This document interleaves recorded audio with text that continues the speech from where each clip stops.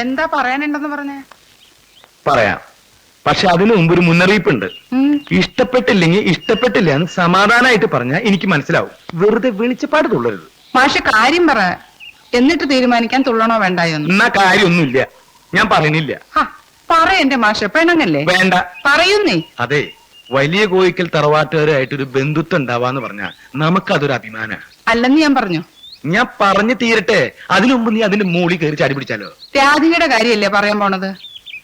ഇനി ഒന്നും പറയണ്ട, നല്ലൊരു മുഹൂർത്തം നോക്കി കല്യാണം അങ്ങ് നടത്തുക. അപ്പോ നിനക്ക് എതിർപ്പൊന്നുമില്ലേ? എതിർപ്പോ? ഇതെന്റെ ഒരു വാശിയും കൂടെയാ. വലിയ കോയിക്കലെ പെങ്കൊച്ചിന്റെ കഴുത്തിൽ ആരാ താലി കെട്ടണമെന്ന് എനിക്ക് ചിലരെയൊക്കെ ഒന്ന് കാണിക്കാനുണ്ട്. സത്യത്തിൽ ആരെ കൊണ്ട് കെട്ടിക്കുന്ന കാര്യം നീ പറയണേ? മാധവൻകുട്ടിയെ കൊണ്ട്. അതെ. എന്താ അല്ലേ? അവനെ കൊണ്ട് തന്നെ. അല്ല കോളാ കോള്, ഇപ്പൊ തന്നെ ഞാൻ പെട്ടാനെ.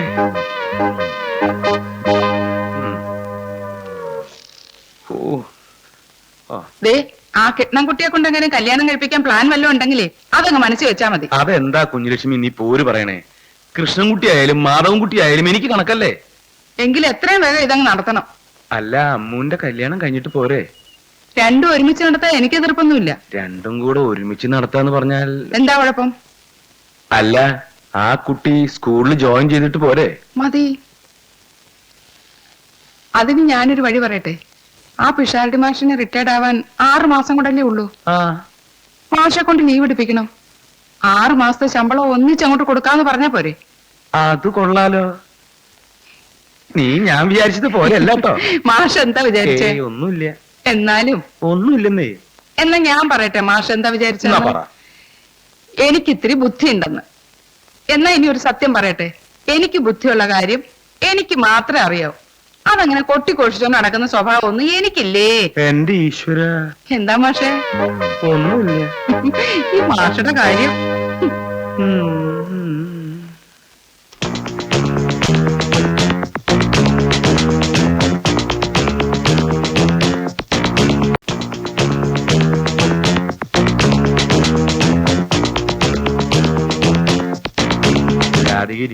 ഞാൻ നിന്നോളാം. അധികം ഭവ്യത കാണിക്കുന്നത് എനിക്കിഷ്ടല്ല. വേറൊന്നും കൊണ്ടല്ല, പിന്നെ ആവുമ്പോ അതൊരു ബുദ്ധിമുട്ടാവും. അതുകൊണ്ടാ. മോളെ, മാഷല്ലേ പറയുന്നത്? മാഷ് വിളിച്ചോ? താൻ ആ പിഷാരടി മാഷ വിളിച്ചേ? ഓ,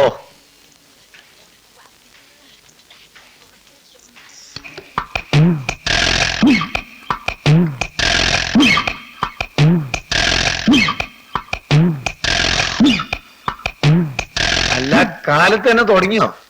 എന്താ തനിക്ക് അടിക്കണോ? അല്ല, ഞമ്മക്ക് വേണ്ട, ഹറാമല്ലേ. അല്ലേ ഇപ്പൊ ഞമ്മളെ വകയിലും വരില്ല രൂപ ദശമൂലവിടെ. പിന്നെ ഞങ്ങളെ കുറുപ്പാശ് വിളിക്കുന്നുണ്ട്. എന്നെയോ? അതെ, മറ്റേ പാർട്ടി വന്നിട്ടുണ്ട്. ഏത് പാർട്ടി? ഞമ്മളെ വലിയ കോയിക്കലേന്ന്. ഓ, അത് ശരി. ഇതൊന്ന് അരച്ചു പോയിക്കൂടാന്ന് പോകുമ്പോ മൂപ്പര വിചാരം ദശമൂലഷ്ടത്തിന് ആർക്കും അറിയില്ലെന്ന്. എന്താ പാവം.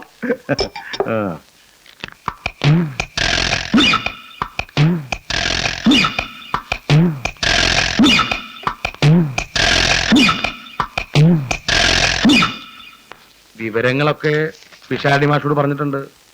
പിന്നെ 6 മാസത്തെ ശമ്പളം അങ്ങേർക്ക് കൊടുക്കുന്നതില് വിരോധമൊന്നുമില്ലല്ലോ? ഒരു വിരോധവും ഇല്ല. കിട്ടിയില്ല എന്ന് കരുതിയിരുന്ന ജോലി കിട്ടിയതിലുള്ള സന്തോഷേ ഉള്ളൂ. ആ മാഷ് വന്നല്ല.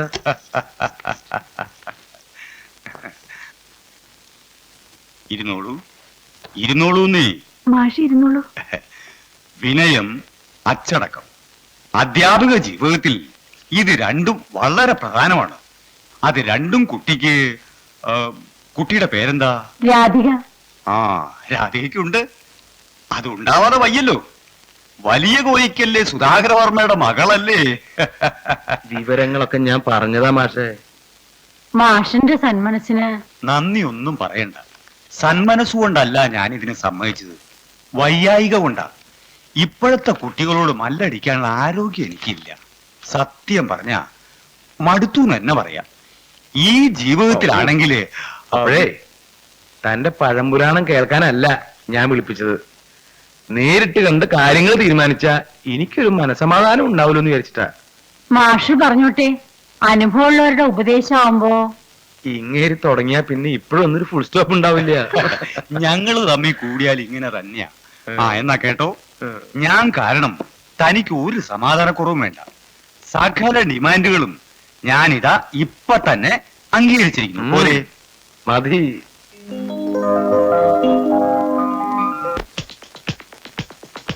പാവം മാഷ്. മണിയണ്ട പോവാം. സുഭദ്രമ്മേ, മാഷ് എന്ത് പറഞ്ഞു? ഈശ്വര അനുഗ്രഹം കൊണ്ട് എല്ലാം ഭംഗിയായി. പിഷാരടി മാഷയുടെ കാര്യം ഞാനാ ഓർമ്മിപ്പിച്ചത്. ആദ്യം ഒന്ന് എടുത്തു ചാടി, പിന്നെ അങ്ങ് തണുത്തു. അല്ലെങ്കിൽ ഞാൻ പറഞ്ഞ അതിനപ്പുറത്തേക്ക് ഒരു തീരുമാനം മൂപ്പർക്കില്ല. എന്താ, സന്തോഷായോ? ആ, മറ്റു കാര്യങ്ങളൊക്കെ നമുക്ക് ഉടനെ തീരുമാനിക്കാം. നല്ലൊരു ദിവസം നോക്കി മാഷെ ഞാൻ അങ്ങോട്ട് പറഞ്ഞയക്കാം. എനിക്ക് മനസ്സിലായില്ല. എന്ന് പറഞ്ഞാ ഈ ചടങ്ങുകളും പിന്നെ അങ്ങോട്ടും ഇങ്ങോട്ടുള്ള പോക്കും വരവും അല്ലേ? ആ, പോക്കും വരുമോ? അമ്മച്ചി കേറ്, ഒക്കെ ഞാൻ വീട്ടിൽ ചെന്നിട്ട് വിശദമായിട്ട് പറയാം. അപ്പൊ ബാക്കിയെല്ലാം പറഞ്ഞതുപോലെ. ആ, ശരി. വരട്ടെ.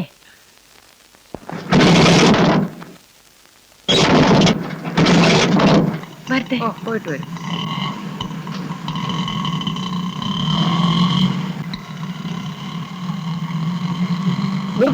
നിർത്ത്. ജോലിയുടെ കാര്യം എന്തായി? ഒക്കെ ശരിയായി. ഉടനെ ജോയിൻ ചെയ്യാമെന്ന് മാഷ് പറഞ്ഞു. നന്നായി. അല്ലെങ്കിൽ ഞാനൊരു കാര്യത്തിൽ നിർബന്ധം പിടിച്ചാ അദ്ദേഹം നടത്തി തരാതിരിക്കില്ല. രാധികയുടെ ജോലിക്കാര്യം പറഞ്ഞപ്പോ കമാന്നൊരു അക്ഷരം പറയാതെ സമ്മതിച്ചു. കൃഷ്ണൻകുട്ടിയെ കൂടെ ഓർത്തിട്ടാ. അത് പിന്നെ പറയാനുണ്ടോ? രാധികക്ക് ജോലി കൊടുത്തേ പറ്റൂന്നും പറഞ്ഞ അവൻ ഒറ്റക്കാലം ഒരേ നിൽപ്പല്ലേ. വല്ലാതെ വിഷമിക്കുന്നുണ്ടാവും. വേഗം ചെന്ന് രണ്ടു കാലം നിന്നോളാൻ പറ, ഇല്ലെങ്കിൽ നീര് വീഴും. ഇതിനുള്ള മറുപടി ഞാൻ പിന്നെ പറഞ്ഞോളാം. അതാണ് ബുദ്ധി. ഇനിയിപ്പൊ നമുക്ക് കാര്യങ്ങളൊക്കെ ഉറപ്പിക്കാലോ. എല്ലാം ഉറച്ചു എന്നാണല്ലോ പ്രസാദി മാഷ് പറഞ്ഞത്. അത് ഉറച്ചു. അതിനി മാറ്റമൊന്നും ഉണ്ടാവാതെ ഞാൻ നോക്കിക്കോളാം. ഞാൻ പറഞ്ഞത് മറ്റേ കാര്യാ. ആ കാര്യവും ഈ കാര്യവും മറ്റേ കാര്യവും എല്ലാം അതൊന്നും ഇപ്പൊ നമ്മൾ ഇവിടെ വെച്ച് സംസാരിക്കുന്നത് ശരിയല്ല. നല്ലൊരു ദിവസം നോക്കി ഞാൻ മാഷെ വീട്ടിലേക്ക് അയക്കാം. അതാണ് അതിന്റെ ശരി. എന്നാ സമയമായി, വേഗം നോക്കല്ലേ. വരട്ടെ. ശരി. അപ്പൊ ബാക്കിയെല്ലാം പറഞ്ഞോലെ.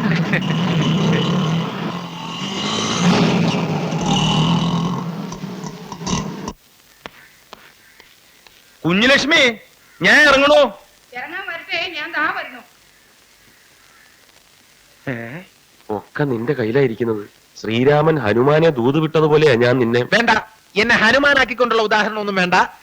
വേണമെങ്കിൽ ഒരു അരയനമാക്കിക്കോ. അരയന്നെങ്കിൽ അരയന്ന. മാധവൻകുട്ടി, പൊന്നുമോനെ, ഒന്നും ഇങ്ങോട്ട് വന്നേ. എന്നോട് നിനക്ക് എന്തെങ്കിലും വിരോധം ഉണ്ടോ? അച്ഛനോടോ? എനിക്കോ? എന്തു അച്ഛായി പറയുന്നത്? പിന്നെ എന്തിനാടാ ഇവന്റെ വണ്ടി വിളിച്ചോണ്ട് വന്നത്? കൊല്ലാനാണെങ്കിൽ വേറെ എന്തൊക്കെ മാർഗങ്ങളുണ്ട്. മാഷെ, അന്ന് ഞാൻ മനഃപൂർവ്വം ചെയ്തതല്ല മാഷെ. അപ്പൊ മനഃപൂർവ്വമായിട്ട് ഇറങ്ങിയിരിക്കല്ലേ? അയ്യോ, അങ്ങനെ പറയരുത്. അന്നത്തോടെ ഞാൻ ഓവർ സ്പീഡിങ് നിർത്തി. നിന്നെ എനിക്ക് വിശ്വസിക്കാമോ? വേണമെങ്കിൽ ചോദിച്ചു നോക്ക്. അച്ഛൻ ഒന്നും പേടിക്കണ്ട. ഇവൻ എന്നോടൊപ്പം കോളേജിൽ ഒരുമിച്ച് പഠിച്ചല്ലേ? കോളേജിലൊക്കെ പഠിച്ചിട്ട് താൻ എന്താണോ ഓട്ടോറിക്ഷ പരിപാടിയായിട്ട് ഇറങ്ങിയിരിക്കുക? അതെ, ഈ സ്വയം തൊഴിൽ ചെയ്ത് ജീവിക്കുന്നതിൽ ആനന്ദം കണ്ടെത്തുന്നവനാണ് ഞാൻ. പിന്നെ കുറെ നാൾ മുൻപ് അങ്ങ് തുടങ്ങായിരുന്നില്ലേ? വെറുതെ കോളേജിൽ പോയി സമയം കളഞ്ഞ എന്തിനാ? അപ്പൊ അത് നീ മാഷിനോട് പറഞ്ഞിട്ടില്ലല്ലേ? ഇല്ല. അതെ, കോളേജിൽ പോയത് എനിക്ക് പറ്റിയ ഒരു തെറ്റാണ് മാഷെ. കിട്ടിയത് ഈ സാധനം. ഇങ്ങോട്ട് നോക്കൂ. നീ എന്തായി കാണിക്കണേ? എന്റെ കല്യാണം നിശ്ചയിക്കാനല്ല ഞാൻ പോണത്. അങ്ങോട്ട് ഇറങ്ങിക്കടാ. ഓ, നിന്നെ ഞാനിപ്പോ ഒഴിയാ. അമ്പടാ. തേങ്ങാക്കോട.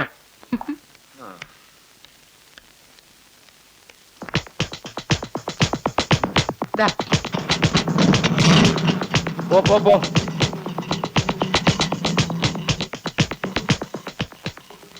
എന്റെ നെല്ലികാവിലമ്മേ, തടസ്സമൊന്നും നേരിടല്ലേ. നിർത്ത്. വണ്ടിയാ പാട്ടാ മാഷെ? രണ്ട് നിർത്ത്. എന്തിനാ നിർത്തിയേ? വിട്ടു പോകായിരുന്നില്ലേ?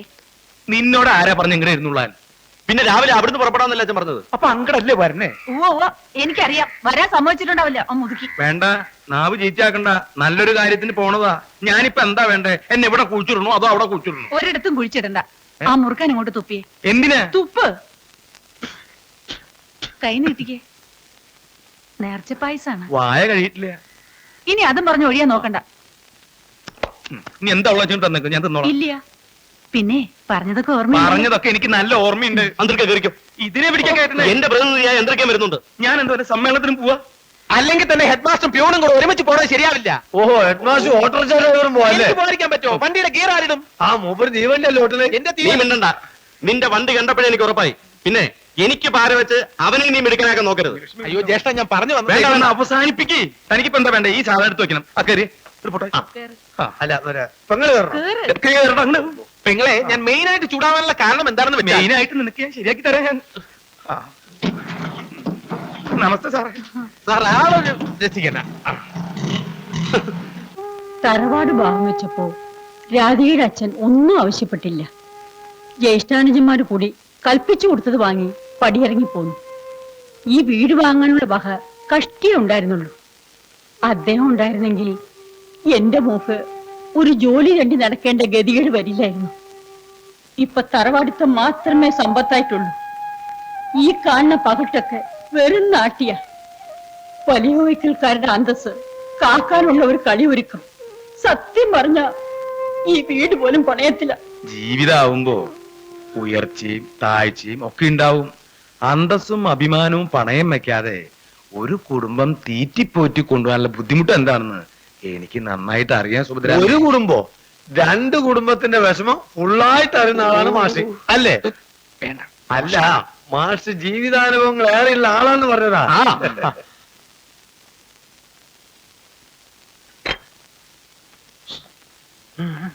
ഞാൻ വന്നത് മറ്റേ കാര്യത്തെ കുറിച്ചൊരു തീരുമാനം അറിയാനാ. പറയുന്നുണ്ടെന്ന് തോന്നരുത്. സത്യം പറഞ്ഞ ഞങ്ങൾ രണ്ടാളും സ്കൂളിൽ നിന്ന് പോന്നത് മുതൽ ഈ മറ്റേ കാര്യം എന്താന്ന് ആലോചിച്ച് വിഷമിച്ചിരിക്കുക. എന്താടോ ഇത്? താനല്ലേ പറഞ്ഞു ഇവർക്ക് താല്പര്യം ഉണ്ടെന്ന്? അതെ, അതായത് ഈ ആങ്ങളൊക്കെയുള്ള സ്ത്രീകളെടുത്ത് പെങ്ങളെ കെട്ടിക്കൽ ഒരു പുതിയ കാര്യമൊന്നുമല്ലല്ലോ. ആങ്ങളിക്കുള്ള സ്ത്രീധനോ? അതേന്ന് ഒന്നും കിട്ടും വന്നാട്ടെ.